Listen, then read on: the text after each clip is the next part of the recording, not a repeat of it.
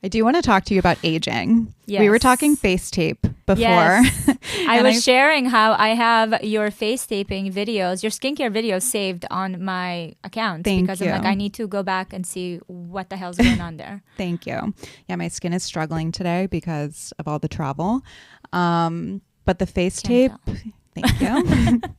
The face tape, I saw that you did a video on it, and I'm sure that you got like an overwhelming response. I don't know if you've noticed this, but I feel like there is such a shift towards more natural modalities, more embracing aging, but still doing things to make yourself feel good. And look, I'm like, whatever you want to do, you want to get surgery, I've done all the surgery. You want to get Botox, fillers, like do whatever you need to do that to make you feel good. Like, and I don't get the judgment about what other people are doing that makes them feel good, including face tape. I get so much pushback about that too. Yeah. But how did you arrive at that? And what is your like beauty and aging philosophy? Listen, I think at the end of the day, it's all kind of trends. And like with anything else, there's this horseshoe theory, right? We go from one extreme to the other, and then we kind of land somewhere in the middle. I did Botox 2-3 times. I started when I was 32 when I moved actually to Miami. I also put fake like nails, gel nails. Like I really I'm like, okay, Miami-anize me. And then I've kind of learned, okay, this is my thing. This is not my thing. Like I don't like this. With Botox, I just kind of want to see what I can do to support it. To me, logically, it doesn't make sense to numb a muscle. Just like I'm going to the gym every day to work out my muscles and my body. I don't understand. Like to me, that's where there's a disconnect. So I told myself, let me just see what it looks like for me. I also have thin skin. Like there's different things that I'm kind of, I'm aware of. So I'm not committing to be the face tape girly. I'm just figuring out. That's why I posted that video. So many people are like, oh, tell me more, do a tutorial. I'm like, guys, this is like experimentation month 1. Like, I got nothing for you right now. Don't come for me, okay? I'm not an expert. So yeah, I'm just kind of working through it. Another thing is I really wanted to disconnect from this idea of beauty that we carry. And I think that the shift is happening because of that. It's been such a exaggerated version of perfection between the Instagram filters to, the celebrities out there. And I just kind of wanted to reset what it looks like in my head so I don't get lost in that.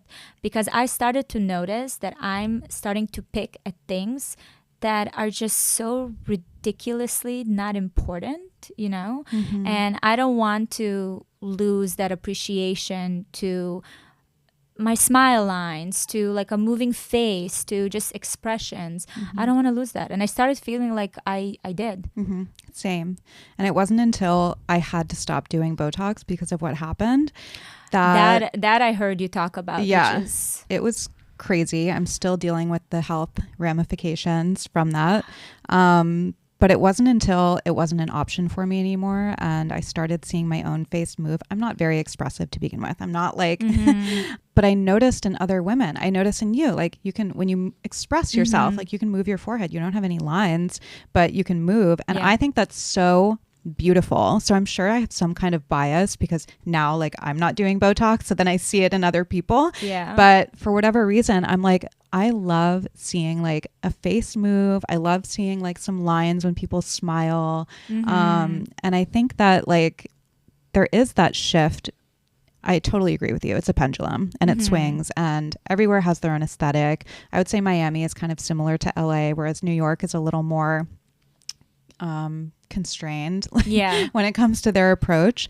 But it was like so filled, frozen, all of that for so long that I feel like people really are kind of embracing, even if they are doing Botox, they're doing baby Botox where they can still move a little bit. Yeah. And just like embracing our natural features.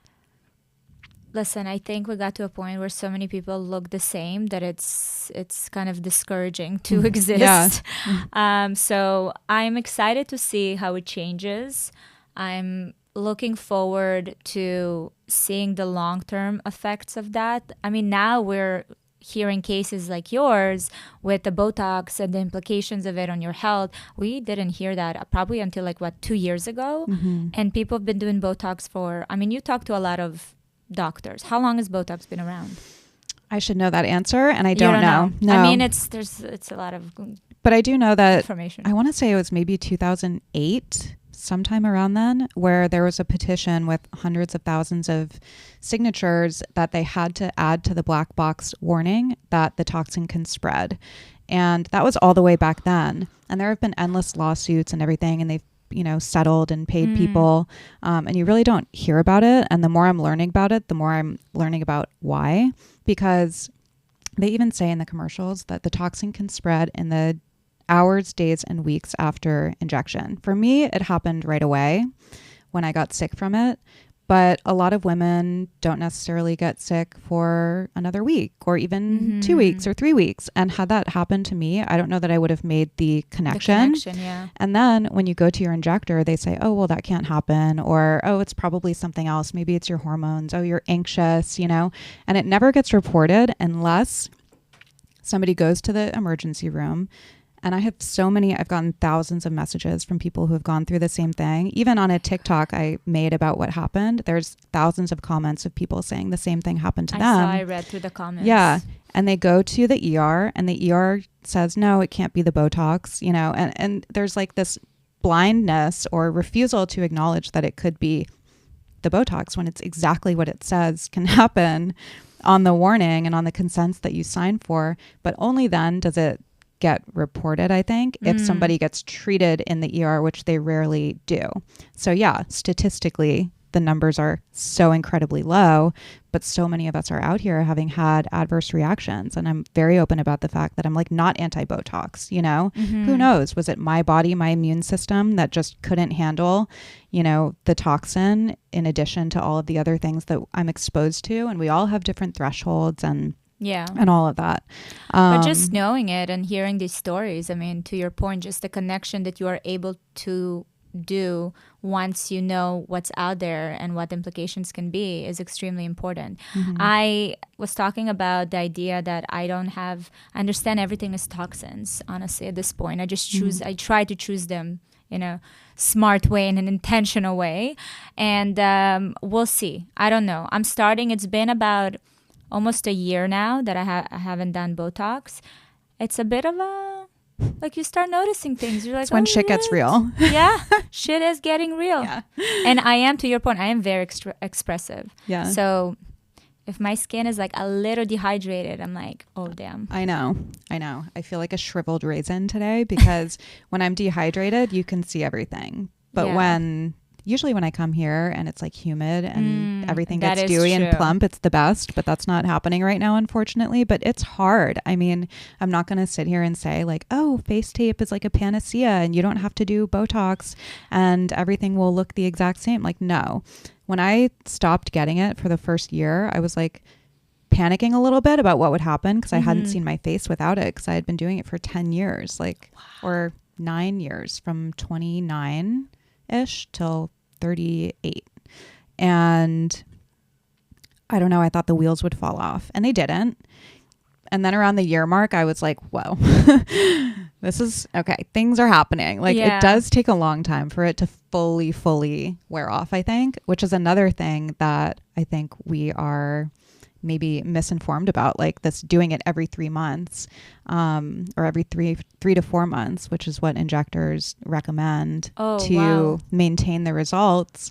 But I think that's another reason why people are maybe considering alternative modalities, because are we just going to do this 3 to 4 months for the rest of our lives? And how much toxin are you then exposing yourself to? And not to mention, it's expensive. So a lot of people don't have that money to spend on that. I mean, there's with so Botox, many. People find the money. I know. That's something that I've learned, Oh my God. When I first got sober, I was making $800 a week. Maybe less than that after taxes. And I was getting Botox and filler every 3 to 4 months. Maybe I wasn't eating as much or something. Yeah, you make it work. Something had to give. Yeah. But first of all, 3 to 4 months, that's insane. I didn't know that that's the cadence. Yeah. Because the doctor that I went here when I first got mine, he said, come once a year I would come, every maybe 10 months. So I started very slow. What pissed me off earlier, before I got it done at 32, is that everybody was like, you don't do Botox? You have to go and do it. It's preventative. And I'm like, how the fuck is that preventative? I don't understand. And people still using that language. Yes.